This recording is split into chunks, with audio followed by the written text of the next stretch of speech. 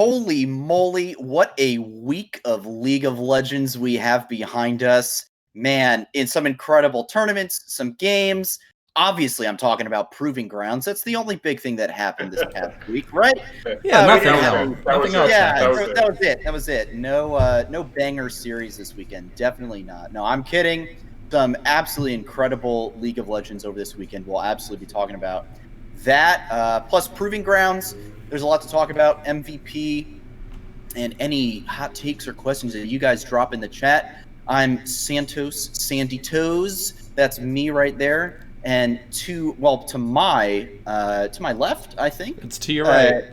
To my right, Curly's got me here, but I'm introducing Nox War. Or guess Nox, how you doing, man? I'm doing good, man. It was a good week in the league. 15 out of 15 possible games, and it was just banger after banger. So I was very content this weekend. Absolute spice all the way around. And then finally, the prediction prophet himself, Curly Double Q. Man, how's it going for you? How was your week? Oh, I actually had a pretty okay week. I've just been hitting the gym, doing my Me Quest stuff, trying to climb the ladder in ranked, saw some friends, and predicted all 5 matches that were relevant this week perfectly, as one casually does. In fact, 2 of those predictions happened 2 weeks ago, where I said that the second Mad Lions beat G2, I said they were going to win. I even said that Rogue was going to beat G2 and then Mad was going to beat Rogue.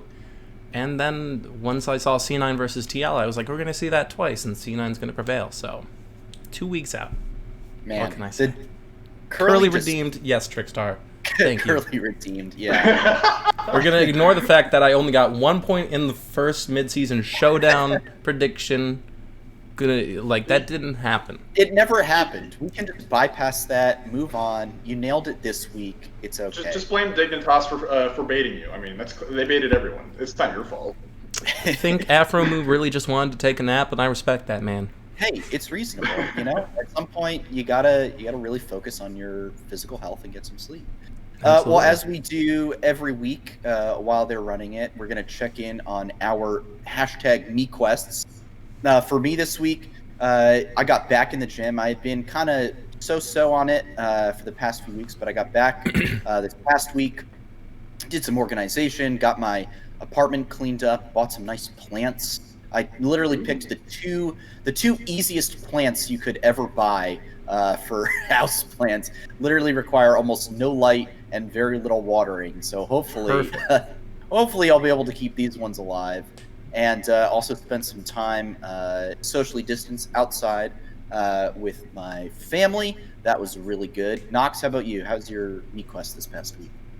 Mine was, I recently had my mom and sister's birthdays, so I went and visited my parents' house and hung outside with them for a while and just kind of got to chill with them, which was super nice. And then organization-wise, I did my taxes, which is always a real fun time. Took me a while to figure out some stuff because I'm not really that great at doing them, but at the end of the day, it was done, so that's all that matters. I'm getting my refund. I'll take it. And then for comfort, I've been listening to a couple new songs from a band that I really, really like, even though the album's not out. They're teasing us little by little by dropping a couple songs at a time. So I'll take what I can get until it's dropped. Well, what's the band? I mean, you can't just say that and not drop the band. So I'm a huge fan of Muse, and this was like a band that's similar to them, and they're called Royal Blood. Yeah, yep, I know all about them. Nice. Very good. Oh, so you listen to them as well then? I have not listened to the singles yet. I was kind of waiting for the full album to drop, but yeah, I'm excited to listen to it. I'll be curious to see what you think because the sound is different, but it's still Royal Blood. It seems like I'm gonna have to look at a new band, so I'm on the wagon with you two. Well, speaking of you, Curly, how about you? How was your Me Quest this past week? Well, so my Me Quest, as I'm looking at it, I realized I did 2 combos. Oh. I did the health combo and the fact that I've started working out. I've started working out every day. I also, on Friday, embraced nature by going to a local lake and hanging up a hammock with my friend, and we just, relax there. And then for the gratitude part, I reached out, like I spent time with this friend. I haven't seen them often. And then also just today I reached out to someone I was thankful for. And like said, hey, thank you for doing this little thing. And so like that's the gratitude that's going to overlap between health and love. And so in my love, with people, as I said, I spent time with a friend I don't see often. I also did FlyQuest community nights. I didn't win a single match, and that's okay. That is a-okay. That's not what matters. Pick'ems are what matters. And then comfort. Last night I watched Aladdin, the live-action one, and I loved it.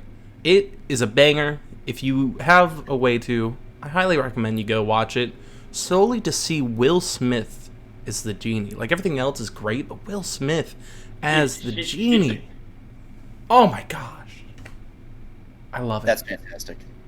So yeah. Well, awesome. Sounds like we all did really well in the Meat Quest. Quick reminder to everyone listening, if you're listening to the YouTube VOD right now, we stream this every Monday night, 7:30 p.m., twitch.tv/FlightCheck Crew.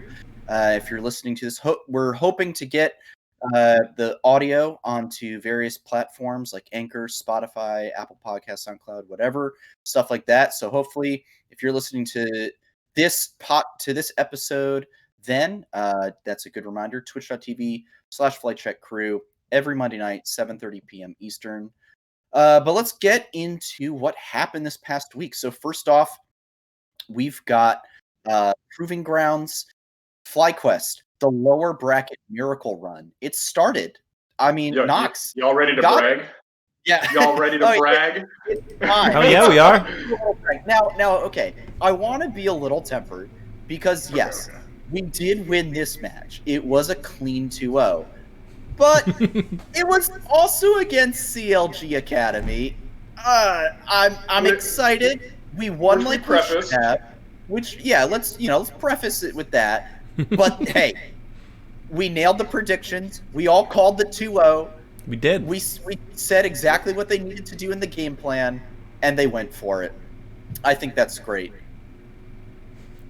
No, I totally, absolutely agree. I think game one.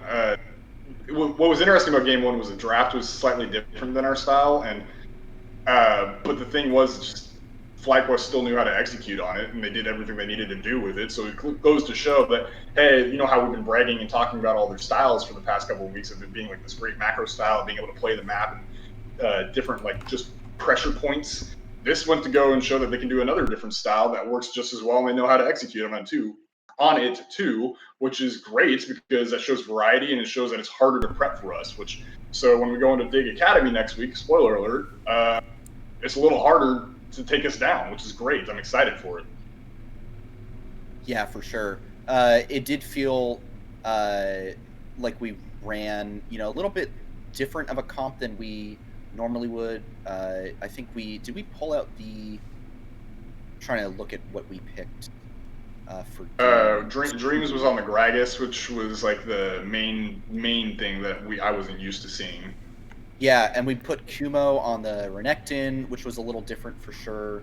What really shocked me with this is, in terms of the draft, is that we let the Kai'Sa Rel go, because I know we're very comfortable with that.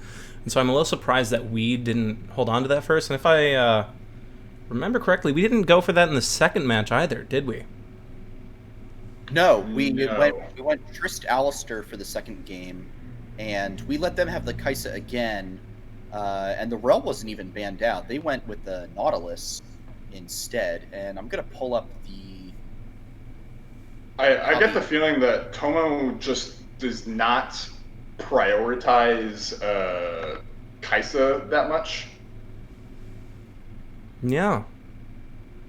I mean, maybe, and I find that like interesting that you wouldn't like prioritize Kai'Sa, because as I've said multiple times, I say this every week when it comes to drafts and picking them, making them, like the Kai'Sa is such a win condition, such a common win condition. So I'm a little surprised we let that through, but also we showed that we don't need the Kai'Sa to win, I guess, Yeah, no, for sure. And so I mean, granted, I've seen Tomo obviously pick it up and he does well on it, but I think it's also kind of nice to know that it's not a huge priority pick for us either. It's not a huge crutch, I guess you could say.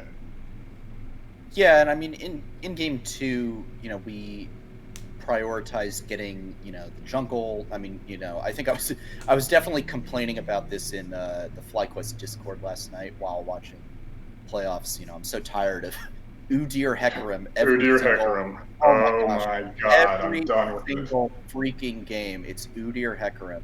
But we prioritized the jungle, and then we prioritized the bot lane. We picked up the Trist Alistar, and of course the Trist can be a flex, but we haven't seen Triple really go for this Tristana at all. So it's relatively safe to assume that you pick that early, even though it's the flex, probably going to go bot, and then later Triple picks up the Orianna. So definitely a bit of a different comp. Really focused on siege with the Trist. A lot of engage you've got the engage from the Udyr, the Scion, the Alistar, which I was really happy to see in game 2 was a lot of dude. Dreams Alistar was nasty game 2. Oh my god! I was like, oh my god, I didn't get to watch it. I was at work, but I kept peeking in, and I swear to God, every time I opened the app, I'd look at it and be like, oh my god, Dreams, and then I'd have to get back to work. But it was Dreams on Alistar definitely did pop off. But something I really want to talk about is I want to go back to game 1 because I think a big thing that helped us out a lot was Triple. Triple in the series, actually. What a king.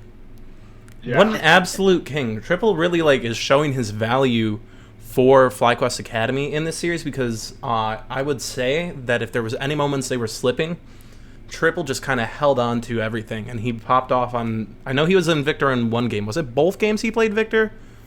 No, he did he did Victor in game 1 and then Orianna on game 2. Yeah, Orianna game 2. Victor, his Victor was so beautiful, and that triple kill in bot lane. Oh my gosh. And I was really excited to see that triple kill. Obviously not just because it was such an awesome play, but he looked so aggressive in that moment. And I was really excited to see that because Triple to me has been a player that I don't want to say plays it safe, right? Because he'll definitely go for the big play when he needs to, but this was flashy, and that was good. I liked seeing that aggression where he basically solo dove the tower. He solo dove tier 1 bot and to get this triple kill. And it's those are the kind of big ball plays that you need to make if you're going to stand out, So honestly, what it reminded me of was the EGA series back in the Arena of Legends tournament, because he had another triple kill, I remember, because I tweeted about it. Yes. He had another triple kill that was exactly just like that. Basically came in, cleaned up, got 1 kill off of it, and then just ran down the other 2 people 1v2. And it was just oh my god, Triple, you're nuts! Yeah. Triple is absolutely insane, and if I remember correctly, he's coming from OCE, right? Yes, he is. I can't remember if he's Kiwi or Australian, but he's coming from Osh, yes. So that right there, because just of how we tend to look at the leagues, the fact that he's coming from OCE and popping off like this in Academy, that makes me very impressed. Because people tend to underestimate the Oceanic League a little bit. They don't see it as competitive as even NA sometimes. So I'm proud of him for being able to hold his own in what is sometimes viewed as a more competitive region. But more importantly, I have a feeling that if he keeps up this persistence and goes all the way through the rest of Proving Grounds and the summer split and whatever the post-season for Academy is, I think we could see him in the main, in a main roster of LCS next season.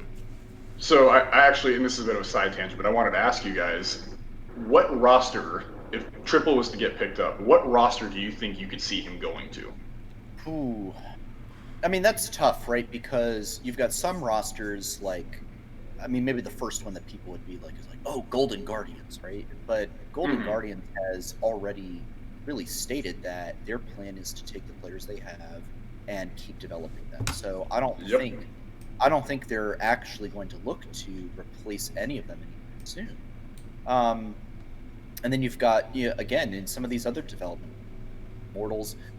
they're pretty comfortable with Insanity. They like what they've got with him there.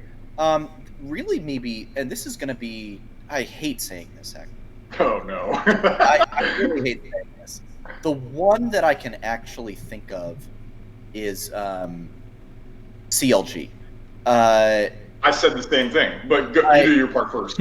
Yeah, and I hate saying that because, I don't want to trash talk, another organization too much, but like CLG has, in recent years, not been a great org.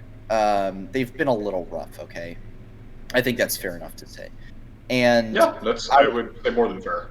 I would hate to see a great player like Triple go to an org where they have consistently not demonstrated a willingness to develop players, or have not demonstrated an ability to take players from one level to the next.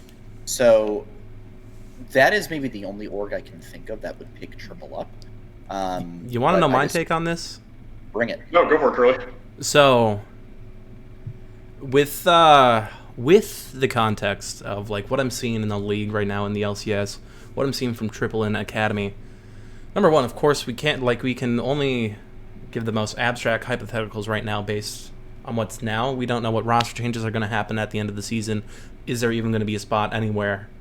Or is he going to have to just stay locked in the Academy? That's like a lot of stuff we don't have control over. We are not the GMs. But if we keep having this wishy-washiness of mid laner for a particular team that has swamped out their mid laner and still seen underwhelming results, I think we could see 100 Thieves Triple. Ooh. Because if Ryoma and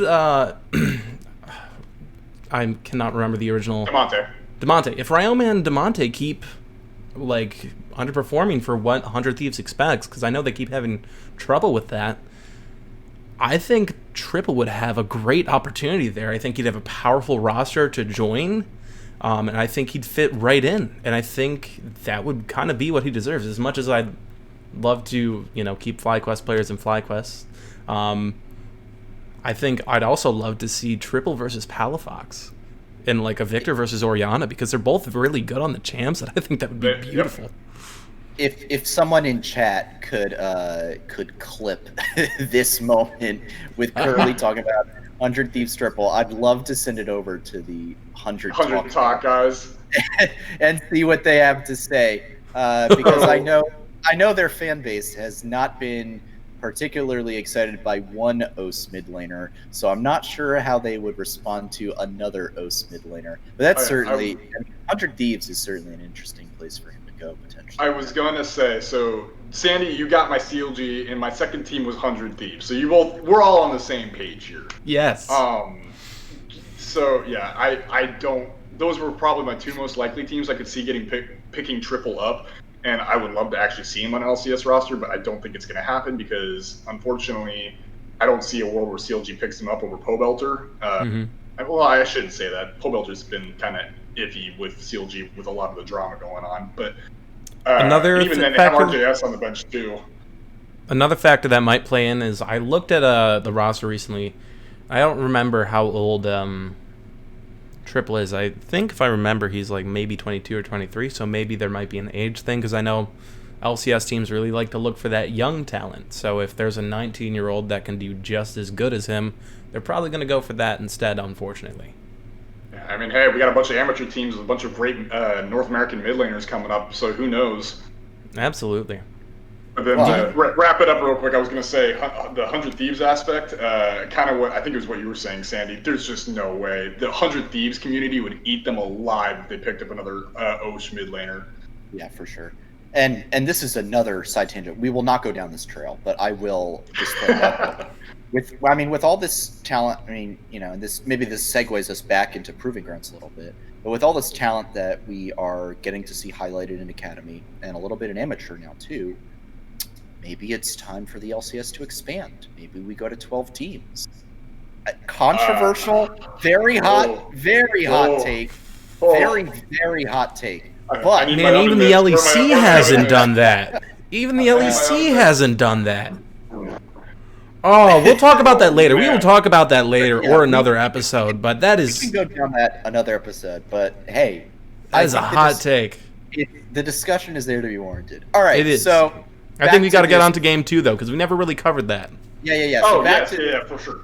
Back to this CLG game series. So game 2, Kumo does not get counterpicked for the first time. I swear, like that is the first time he's not been counterpicked. Like of all the matches I've watched, he's been counterpicked like every time. This is the first time I've seen him not get counterpicked. Yeah, and this time CLG picks the Jace, and we pick the Scion right into it, and Kumo wins the matchup there.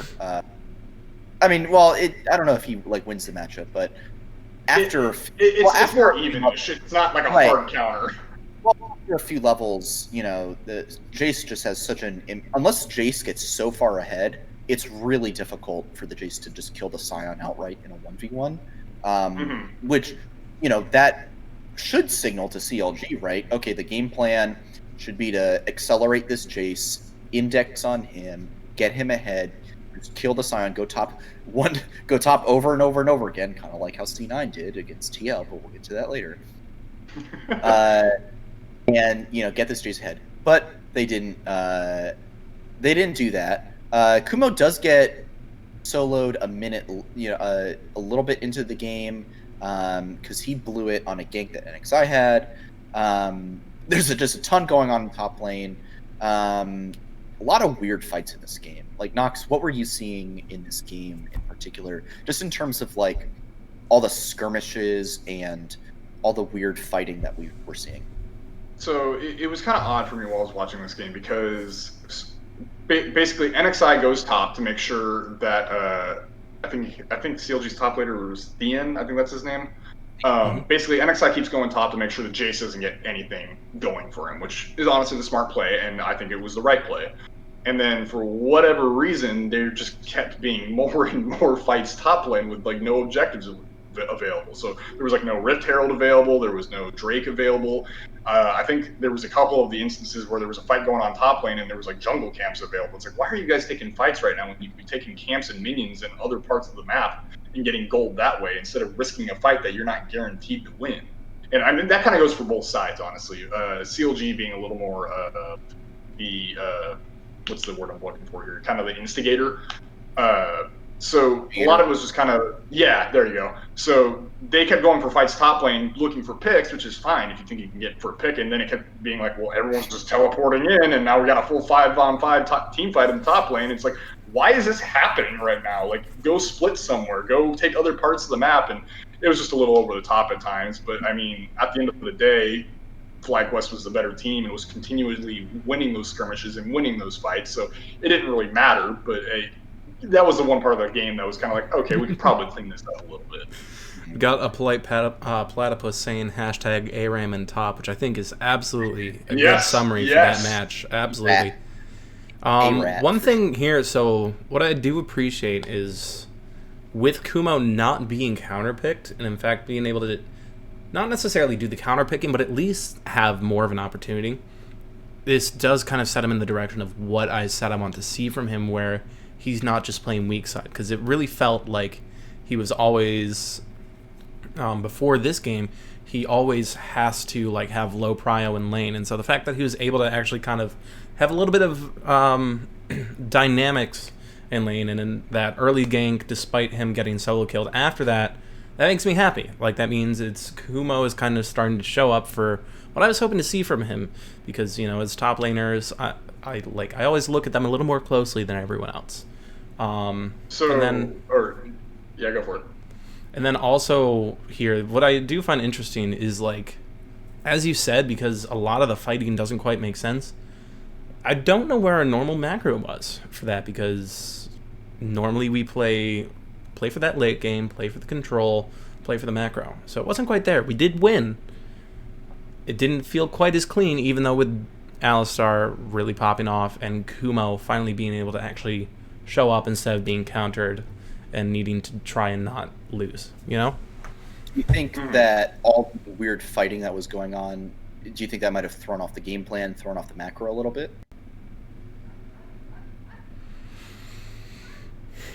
Maybe. I think I don't really like. I can't say too much. I'm not going through what they're going. I'm not in their mental state when they're playing these games, so I don't know what's going on the other side. I don't know. Maybe there's something we're not seeing where they had a bigger plan and they were trying to take these fights so they could get some pressure to make something, but they just didn't quite time out the plays right. And that's why we just kind of kept getting these random fights. Like on both sides even, not just FlyQuest. Maybe CLG had plays they were trying to go for that relied on trying to free something up in the top lane, even though it wasn't for a Herald or anything. But yeah. Nox, I'm curious what your thoughts on this Sylas pick were. So, we picked the Orianna on Red 4, so our first pick after the second ban phase. And they picked and Jay. So the Sylas into the Orianna. And this was before they knew about the Scion, right? So they knew Orianna ult, Alistair ult, Udyr, and Trist. So some pretty decent ults there for Sylas to steal. But after seeing the Orianna and the rest of our comp, what's your take on that pick? I'm not sure I like it. I didn't like it either, honestly. I mean, the ults that he can take can have good benefit, right? But unfortunately, with the comp that kind of FlightQuest was already building for, it makes it a very difficult task for RJS to actually get into the backline or into wherever he wants to get into the FlightQuest squad. And so even with those ults, I mean, picking Sylas there is just kind of like, you're just going to have a hard time getting to what you want to get to. And I mean, there were obviously fights where he still got to do what he wanted. Like, I can't tell you which fight it was because there was multiple, but one of the top lane fights, he had a great Orianna shockwave as Sylas and ended up cleaning up the fight off. But I think most of the game he was just trying to get where he wanted to get to, and just being Sylas, he wasn't really able to get those opportunities. So I didn't think it was that good of a pick, honestly. I think CLG coaching staff kind of made an oopsies on that one. Curly, what do you think? Do you think there would have been a better pick here? Like, what might have you have taken into this Orianna? Into the Orianna? I mean, the meta right now really favors champions like Victor over Sylas. I think Sylas he has an opportunity to pop off, especially because he can be a lot more aggressive and in your face than some other mages in the mid lane. But I don't remember quite the ban, so if the Victor was banned, understandable that you wouldn't pick that. But I do think there are some other better champs. Maybe you play Yone so you get some good AD, so you got a lot of gap closing, which Orianna, if you gap close on her, it's pretty difficult for her to survive, especially against like an AD champ like Yone that can just really disable you for long enough time for him to burst, Yeah, I'll note that the mid lane bans were Seraphine, obviously, but CLG also banned the Azir, the Victor, and then we banned the Zoe and the Kassadin. Weirdly enough, the Kassadin ban we did predict one more thing, by the way. I just remembered. We banned Nocturne in that first game. Oh yeah, we did tell them to ban the Nocturne. Yep, that was that was our second ban, and yeah, we called that straight away right after. Because they were like, well, no, they banned the Thresh because they were like, nope, we're not playing against that Thresh, and we banned Seraphine because Seraphine is just the best champ in the game right now. Seraphine is ridiculous still. Broken champ. Yeah, absolutely disgustingly broken champ. Free low actually. It's just straight free. Sometimes, yeah. Depending on your team comp and if you're maybe duo queuing or something. So that game, again, it was a 2-0, fairly clean series. Some good moments. I'm remembering Triple getting a 3-man shockwave in the late game, pretty much to end the game. Shockwave was phenomenal. Something that surprised me in this series before we move on to next week is I might be remembering this incorrectly, but I didn't see Tomo quite performing to the caliber he was weeks before. I know we had a rough time against who was our first matchup? 100 Thieves. No, EG. I know we had a rough time against EG, but that just was like that match came, went, we dealt with that. But like, I'm still wondering what might be holding Tomo back. Will he pop off on Wednesday or tomorrow? Sorry, not Wednesday. Because I know when he does pop off, it's really good for our team. Or maybe we're trying to get that carry more to triple. Could that be it? So if you guys don't mind, I can lead this into the Dignitas discussion, unless you got something else, Sandy. No, I was just gonna say, there's some, new picks coming into the ADC meta. The Varus, it was banned by CLG, or I'm sorry, by us.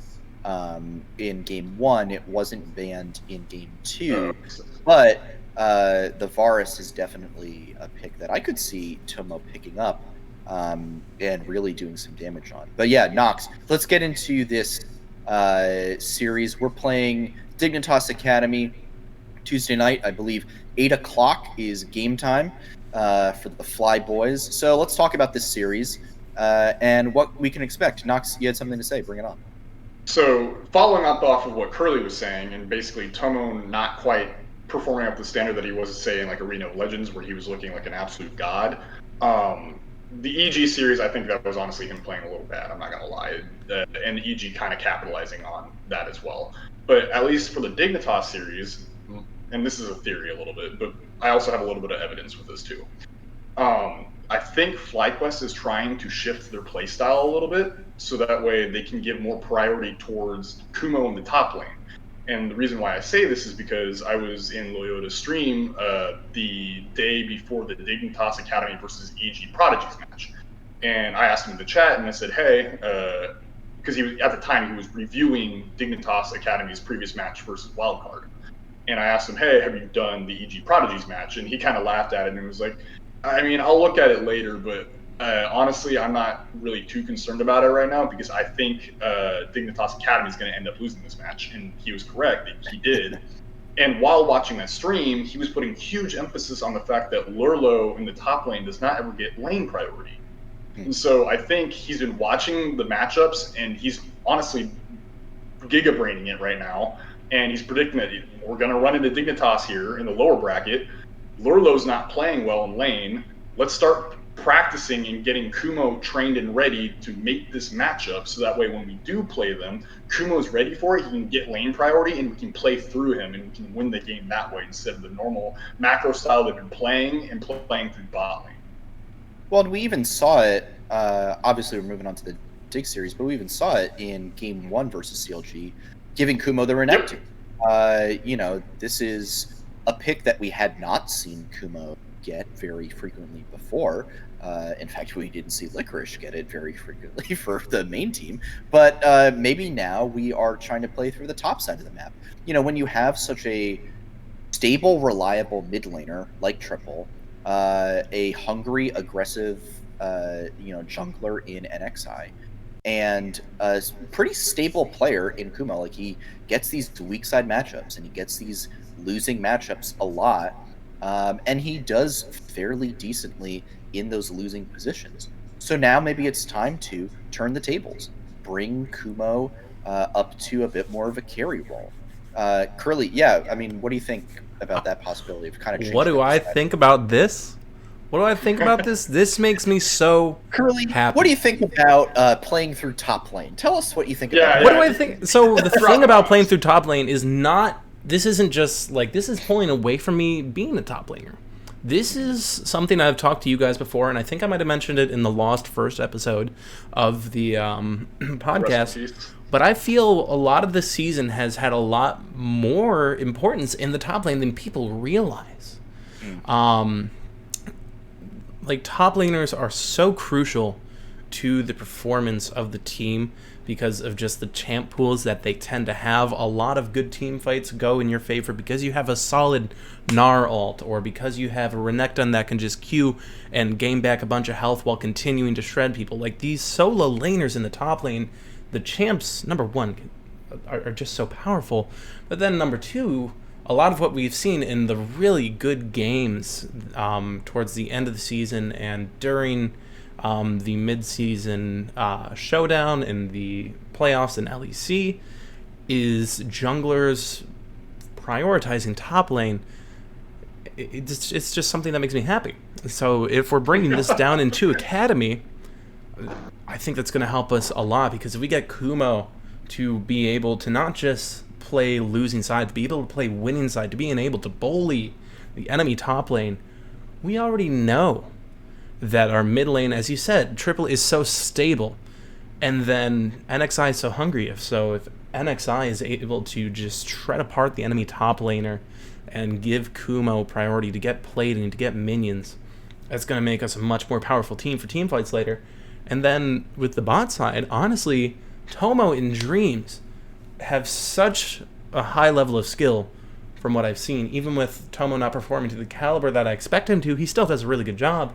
And Dreams is such a great shot caller with his experience in the professional scene.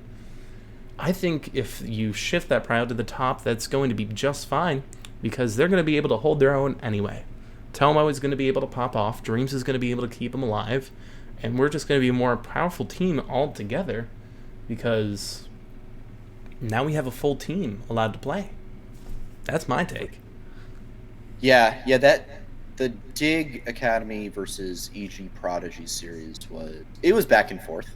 It ended up being a 2-1 for EG Prodigies, right? And the main takeaway that I got from that series was Dig Academy, they can get ahead, they can look really good, but they can also have some massive throws. I believe it was game 2, they were so incredibly ahead, and it was just such a huge throw by them. In fact, it was one of the bigger throws I had seen until TSM this weekend threw their 10,000 gold lead versus.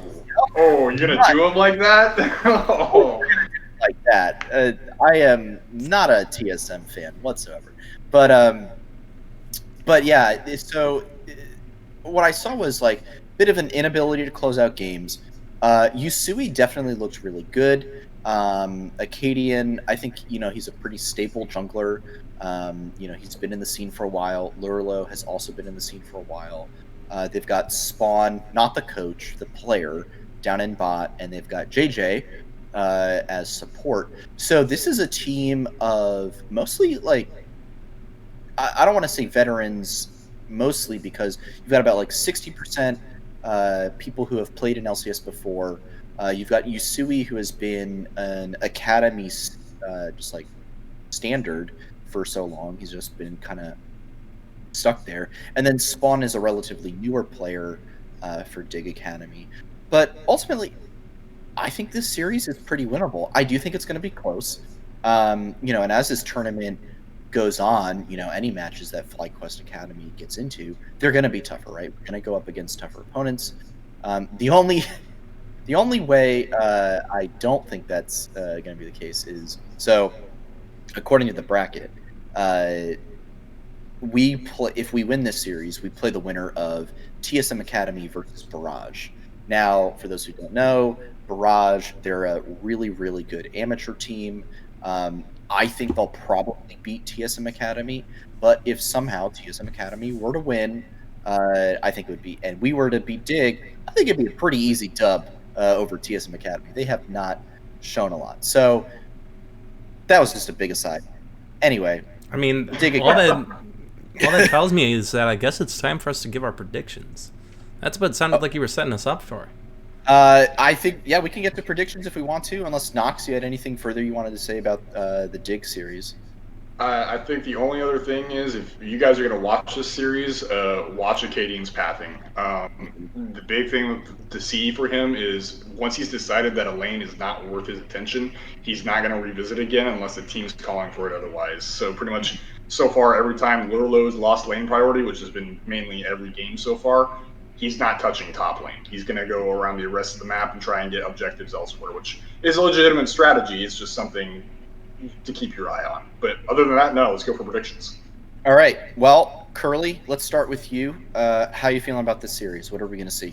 Well, before I give my answer there, I just want to say, as a top laner, that kind of hurts my soul. I feel bad for Lolo, and so I wish him the best of luck. That being said, I'm gonna put this. So I'm gonna put this in Fly Academy's favor. I am flip flopping to whether I want to say 2-0 or 2-1 because I don't know. I don't personally quite know what Dig Academy is like, but I also fear that there might be some growing pains in our new strategy. And like the potential that CLG, like I don't want to disrespect them, but in the grand scheme of things, a little bit more of a walkover than some of the other teams we have the opportunity to face. But if Dig Academy, I'm guessing hasn't it took them a little longer to get to the losers bracket, and so I think I'm gonna go with 2-1. If I'm being honest, I think there's just a small chance that as we shift to this new strategy, it just there might be a match where we slip up and it doesn't pan out quite as much as we want, but I still think we're going to win it across the board. Yeah, for sure. Knox, how about you? What are you seeing? Not to ride the train here or anything, especially off of Prophet Curly over here, but I think I'm also going to go with a 2-1 here. I see us taking this. I think we should be able to win it. But I also do think that Dignitas Academy is actually a good team, and I do think they know how to play the map in certain ways that will punish us in others. But at the end of the day, I think we have a better mind for map movement, and I think even while we're trying out a new strategy, if Dig's not prepped for it, I think Lurlo can get punished for it, and I think we can win off of that. For sure. So I don't know if this is the first time we've had this occur on the show, but we are all completely united on our predictions. I am also going with the Fly Academy 2-1. I think Dig's a good enough team to take a game off. Maybe that traditional lose game 1 to give Dig false hope move. Reverse and then we'll just reverse sweep game 2 and 3. Too easy. Just keep triple on these stable, reliable mid laners. Give him the Orianna. Give him the Victor. Play through top lane. Give Tomo something stable. I liked seeing him on the Trist. I definitely want to keep seeing him on Kai'Sa. I want to see him on Jinx. I think that'd be fun. Jinx for sure. I think it was Jinx in the first game versus CLG. They went Jinx Gragas. I liked that draft. A little bit of a switch up. They're on 11-6 now. I liked seeing Dreams on the Gragas. He had some great engages, some good initiation. So let's keep it rolling, and we'll get that 2-1, I think, pretty easily. So that's great. So that's Dig Academy versus Fly Academy. That is tomorrow night, 8 o'clock Eastern Time, twitch.tv/academy. Or on LOL Esports. Or on LOL Esports. .com. It's on YouTube. It's on Twitch. Whatever other platforms they run. It's going to be a great series. Make sure to show up for both that series and the series right before, which I believe is the Barrage versus TSM Academy series. Mm-hmm. So go show up, support all the players. But despite what some other media representatives have been saying, viewership is really good if you are interested in Academy. We want good viewership for Academy. So, you want a fun fact real quick? I'll bring it. Love fun facts. So, the Immortals wildcard game, Game 3, was postponed due to a family emergency. I don't know who it was for or what it was about, but they decided to have the third match right smack in the middle of TL Cloud9 finals. Yeah, I think it was middle of Game 3. And so, but believe it or not, the viewership on that was still in the 200s, just even though the finals were happening. So I thought that was actually kind of cool. 200s or 2000s? 200s. Well, and then also, I do know, when I was watching the post-broadcast on LCS, they plugged in LCS Academy. So maybe now that LCS is officially 100% over, we'll probably see a nice surgence. And I think you guys should definitely watch it too if you aren't yet, because it's some good gameplay, and you get to, see the people that are going to be on the scene probably in the next couple of years duke it out now before you see their names in contention for the LCS trophies. Oh, I wouldn't say years. I'd say even next year at this point. I think a couple of the orgs are sitting here going, oh, crap, how did we miss these guys? Mm-hmm. I guarantee you we will see some of these guys come 2022. for sure. Absolutely. And that's really exciting to see. Well, speaking of plugging LCS finals, what a weekend, guys. Like, this was some of the greatest series that I have seen in such a long time. You had, well, so the LCK finals, I woke up early to watch these. And that one was oops. that was a bit of a papega right there. A little bit of a yikes. I mean, to be fair, I felt like, not to wax on LCK for forever. I'll give it literally like 30 seconds.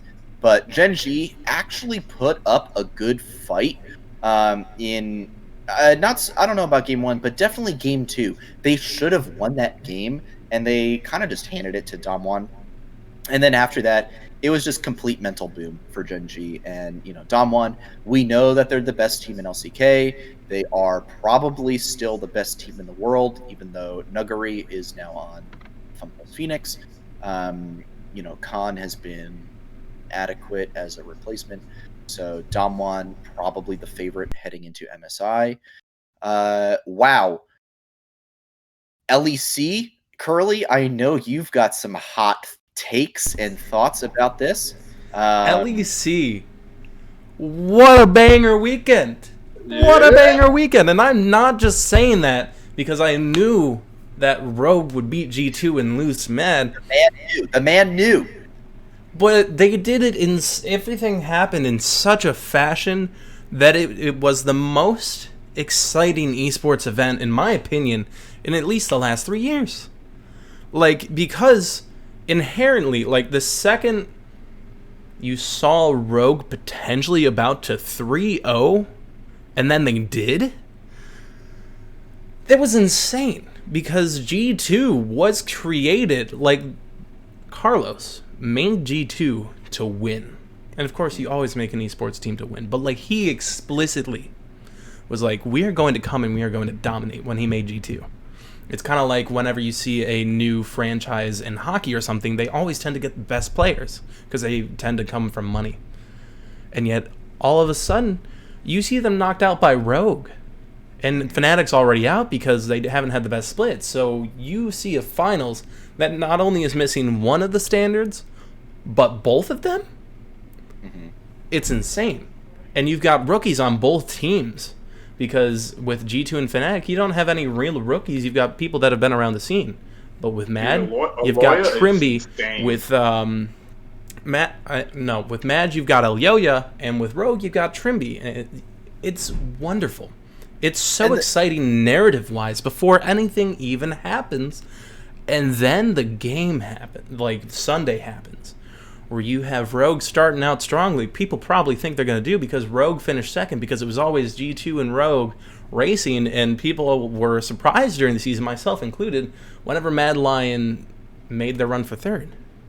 Mm-hmm. So that's why I was a hot taker, because I still thought that Mad was going to win despite everything because they beat G2. Of course they're going to win.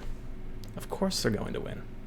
For sure. And the thing that really excited me was, I was seeing people talking on Twitter and Reddit just about like, oh man, this is really going to hurt the viewership of LEC finals to not have G2 or Fnatic. How, when it's just Mad Lions Rogue, how are they going to, get the normal viewership? I was counting the numbers. Viewership was still phenomenal for LEC finals. And that was really cool to see that you can have neither of your two like flagship franchises in your final and have two lesser known orgs. Like I would say Rogue is still pretty big org. Mad Lions, really big Spanish org, a lot of Spanish fans for Mad, and still have incredible viewership numbers. Yeah. That was so cool to see, and so many good storylines in that final. My heart went out to Odo Omne in particular. Oh, dude, I felt so bad for him. The man has been fighting for so long to not just, win a final, but to let alone get to a final. So for him to come so close, I really hope that we see Rogue in the finals for summer again, and that the man gets his chance again to take a title.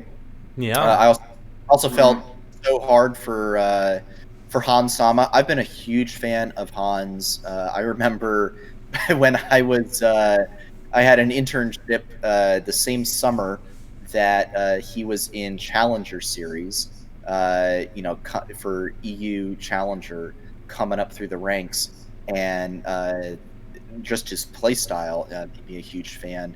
And watching him on Misfits, that quarterfinal against SKT, kind of going through a couple different iterations in that roster, now coming over to Rogue. So I was really hopeful that him and Odo could get a title. Didn't happen, but I think Mad was clearly a deserving team. And I'm excited to see what Carzy does. That guy is just a wild. Did you see his Twitter this morning with Perks? I did see that. Okay, for those of you who don't know, Carzy said something to Perks about are you ready to get stomped? And Perks just replies and goes, "You got bot gapped 5 out of 5 times in finals. Don't talk to me." And I was like, woo! Yikes! Oh, the flames are hot. 5 out of 5 bot gaps. Holy moly! Like, the flame is. But the thing is, he's not wrong either. Not wrong. He's not wrong. But Armut is what a presence. What a entertainment. Just to watch this guy. Finals made me fall in love with Armut because if I'm being honest, I mean the thing for me was when he flashed the 2 and then flashed the 3. It was just and that was after game 2. That was at the start of game 3. The man was like, "We're gonna reverse sweep, no problem," and then they pull it off. The amount of confidence that you have to have in yourself and in your team to just walk in and look at the camera and go 2-3, insane, just absolutely insane. That alone made me so glad that we're getting back into the actual stage games. I'm just seeing the players' presence and how they act on stage. That alone made it for me. Fantastic. It was beautiful. We can keep talking LEC for days, and I would be happy. But we are in LCS. We are in LCS, so let's hit LCS real fast. Man. Now, unlike LEC, you've got your 3 mainstay franchises: TSM, TLC9, and obviously the big news that happened was Santorin having to drop off the roster for the weekend due to some really unfortunate migraines. And I get it; migraines can absolutely cripple somebody, and it, obviously our hearts go out to him. And from what he said on his Twitter, he is getting better, but the doctor, advised him to rest, so he couldn't come in for finals.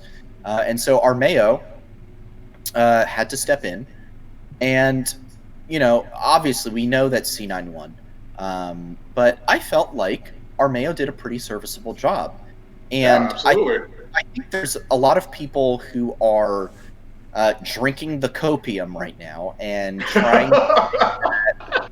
they're trying to say that, if TL had Santorin, they would have beat C9. It would have been like a 3-0, a 3-1. I don't know. I don't know if that's such a clear-cut answer. I'm not saying that Armeo and Santorin are on the same level, right? But I think if that was the case, I feel like TSM might have been able, if Armeo was so much worse than Santorin, or Santorin made TL so much better, shouldn't have TSM been able to beat TL in the semifinals? If that was the case, if Santorin's absence was such a game changer, TSM should have won that series. It should have been C9 versus TSM. Instead, Armeo, obviously not Santorin, but still a serviceable replacement, and his smites, godlike, incredible smites throughout both series. Just incredible work from him. He did what he had to do, and the meta, I felt like, serves to have kind of this emergency sub. I mean, think of another meta. Think of a meta where it's all aggressive junglers, right? Where it's not this Udyr Hecarim. It's the new Azir Corki. Udyr Hecarim. every single game, where it's power farm, power farm, power farm, you know, and all this. There's a difference between, you know, junglers who can play like the aggressive, like play the Lee Sin, play the Pantheon, play the Nidalee, all these things, and just slapping someone in on the Udyr, slapping someone in on the Hecarim. It's not too difficult to learn these champs and to play them well. So I don't think it would have made too much of a difference if Santorin was in the finals. I still think C9 would have taken it. I just rambled for a long time. What do you guys think? I want to hear from Nox. I want to hear what Nox has to say, Mr. TL32. We don't need to mention. We don't need to mention that. But, no, we do, because I want to see, like, I want to hear from you what it would have taken. Like, why you think genuinely this didn't go in that favor? Because you still had them 3-2 despite the Santorin sit out. So what, like, what's your perspective on this? You know what? I'll even break out the receipts. You go dig through my Twitter. I've got a tweet from about 4 weeks ago saying that TL would win because Tactical would get back into form and he would help carry him to the win. Tactical did not get back into form, so they did not get the win. Simple as that. Well, not as simple as that, but the very brief, quick explanation is how I would put that. But no, I completely agree with Sandy for the most part. I think if you're following that line of reasoning of Mayo is not nearly as good as Santorin, then yeah, TSM probably should have won that series, and it should have been just done and over with, and it would have been a TSM Team Liquid final. Instead, I think what people are here now realizing is that Armeo is more than a serviceable jungler. The man knows what he's doing. He knows how to play. The other thing is he played with Team Liquid in the lock-in tournament, so he already knows how they play and the strats that they want to do. So, I mean, don't get me wrong, he's not probably super in sync with them, so there's probably plays in there that you guys could go pick out and be like, oh, yeah, he messed up, yada, yada, yada, whatever. For the most part, Team Liquid knew what they were doing. For the most part, they almost had a complete synchronization, and at the end of the day, it was Team Liquid not playing as well as they needed to. Simple as that. See, my take here is I think it came down to a few key things. Like, of course, with the TSM TL, I still felt TL was going to win because as much as I respect Santorin, when you look at the roster of TL, I think he's not the guy of the team. He's not such an important player, as we saw, that if you take him out and swap him out with someone else in skill, like a fairly equal skill level, because I do think Armeo has that skill level, he's not necessarily the guy. I think if we had lost Alfari, or they had lost Alfari, that would have been so rough for them. Because there's a reason he got in the final two for MVP. Because he's a really good top laner. He's a really good member of the team as well. So with the TSM, that's why I still think they had a chance. But with C9, something I think happened here is two things. The MVP of the split and the most sought after, I'm saying sought after in terms of how much money was spent on this guy, the most paid for player of the split, they showed up and they did what they were expected to do with their praise. Perks, I've flamed him before. I gotta respect him. He showed why he's worth $5 million. Yeah. And then Blabber did really well for the most part. Blabber did so phenomenal. And so I think just a few things that happened there where I think C9 just had a little bit more to prove because of the team, the members they had brought onto their roster this year, and they did it because of that. Because Blabber had to show, okay, I'm the MVP, here's why. And Perks had to show, I am worth $5 million. I correct me if I'm wrong, but I think he was actually purchased for $11 million. Is that just proves my point even more? Like, they had to prove they're worth the money. I think he was $11 million. No? Yeah. Same. Point is, it's a lot. And another thing I think here, so in TL versus TSM, the Armeo thing didn't show up as much. I think what might have happened here is the lack of stage experience might have hurt Armeo. Because unfortunately, I think that's what led to them not being able to gain any true momentum against C9 in the series. I think it was just a little bit of a stage difference, personally. Like that, I think that's one other thing that might have happened. So I just Googled it. Yeah, C9 paid $11.75 million for perks. Jeez, is that the biggest? Yes. Transfer? Yes, currently that is the biggest transfer. Good like Lord. C9 spent so much on him. It was historical. It was such a big deal. I mean, and clearly it pays off. You pay that much for somebody, they should win the series. I mean, the big thing that you got to mention is that Game 5 level 1 strat. Holy moly. Now, my favorite thing about this was the draft happens, and then right after the draft, one of Cloud9's analysts, Vigar V2, tweets, by the way, this is going to be a bit of a five-head, moment in the first couple minutes. And he was right. I mean, this lane swap, the Scion, getting the blue buff, but, executing to it and Grump, controlling 3 quadrants of jungle. Armeo had absolutely nowhere to go, nothing to farm, really. And, they followed that up with just some very solid, aggressive play with incredible pathing by Blabber and by Vulcan in the roaming. Perks on the Silas pick here. Talk about good Silas picks. This was a great Silas pick. So many good ultimates for him to steal. And the thing that amazed me, because obviously they talked about it in the interview. I forget who they interviewed, or which one of the players it was that said it, but they had been practicing this strat for several weeks now, and they literally waited until the last moment possible to pull out this strat. And I love that. That is just such a classic sports moment. I know we talk a lot about the difference between traditional sports and esports, but that is such a classic sports moment right there, where you've been practicing this one unique strategy for so long, and then it's such an anime moment almost, where it's you push the glasses up the nose, it's time. We've hit the peak of the tournament arc. The glass shine. My ultimate move. My ultimate move. See, the thing about that strategy, though, is that actually... So with all this finals discussion, and I feel like I've been dominating the discussion a lot, so before I start on my rant, I do want to give Nox any opportunity to add anything else you might have to say about LCS, C9, all that. Because I have a quick tangent I want to go on, but I do not want to hog the spotlight. I honestly don't really have that much to add.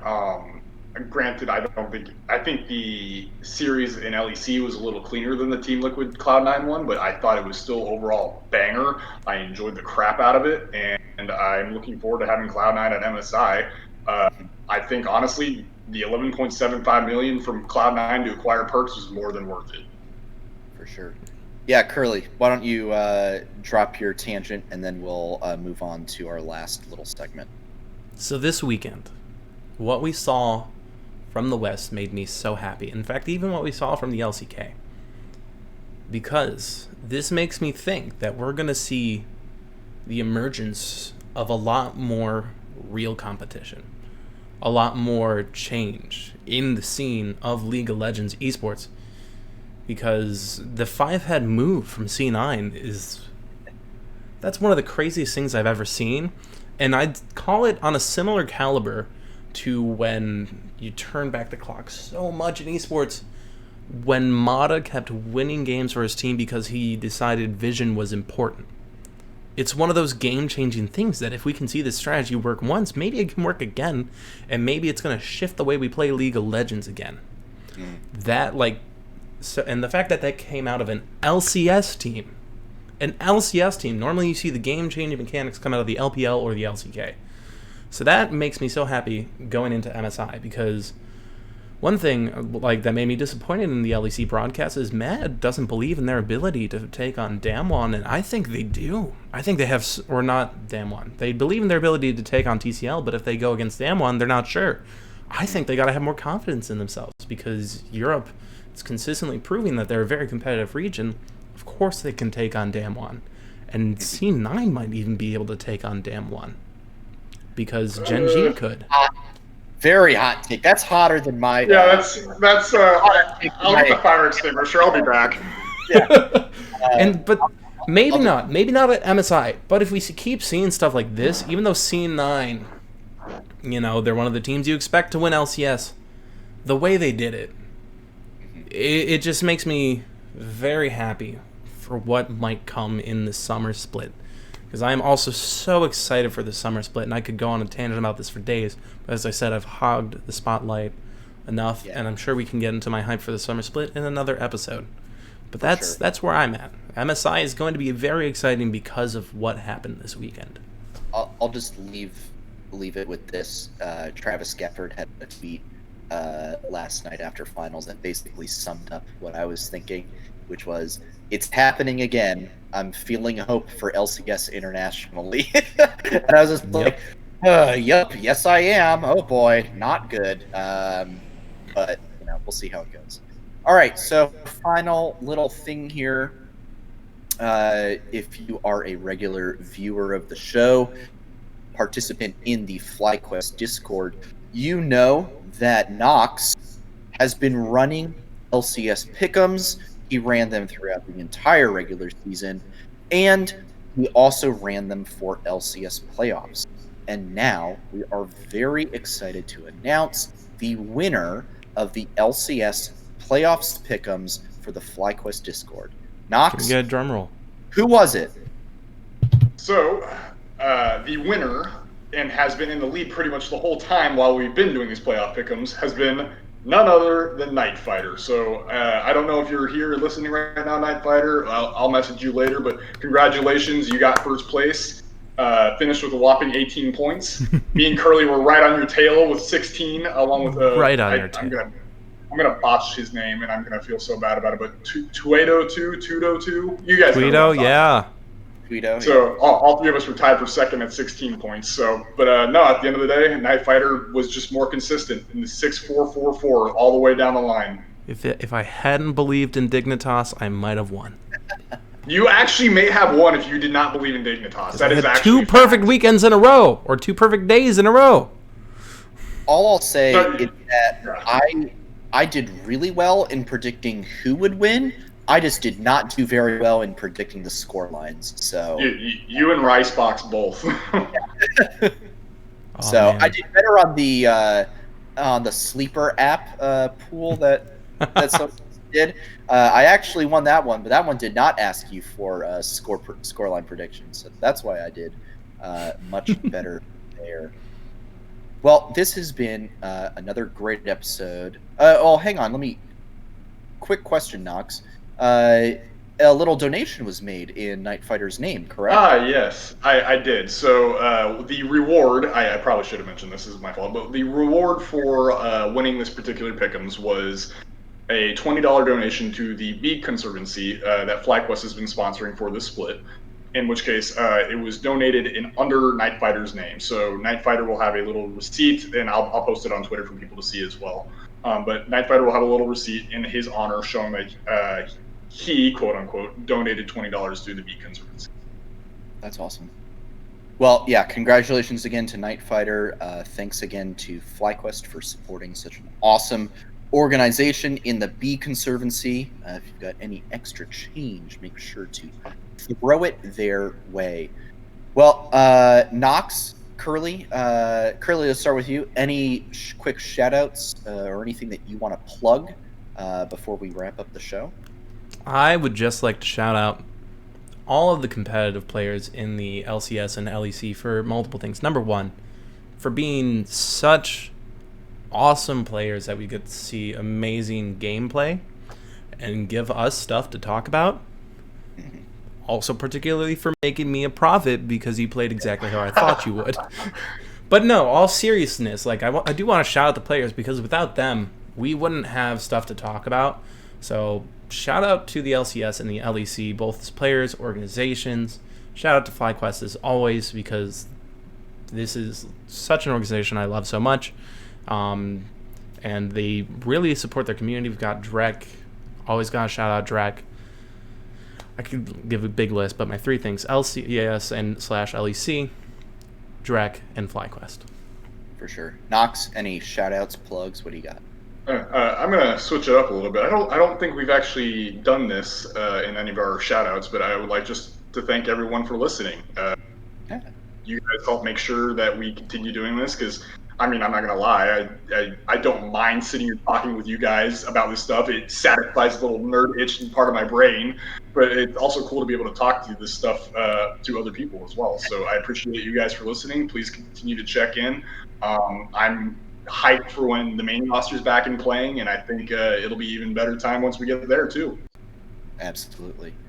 Yeah, well, this has been Flight Check episode 4. You can follow all of us on our Twitter handles that are listed right there: Curly_double_Q_, Knox WARR, and myself at SantosDB.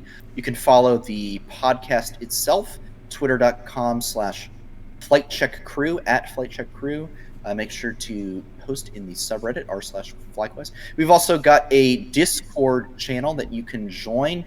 Come hang. You can post any discussion topics that you want to throw out during the show, or any off-topic stuff that you want to talk about. We'll be hanging out in there at any time. As always, remember to #showcase greatness. Keep up in your MeQuest stuff, and stay safe out there. Hopefully, we'll all get to hang out at an LCS finals really, really soon. So thanks again for listening. Thanks again for watching, and we'll see you guys next time. Have a good one, guys. Peace, y'all.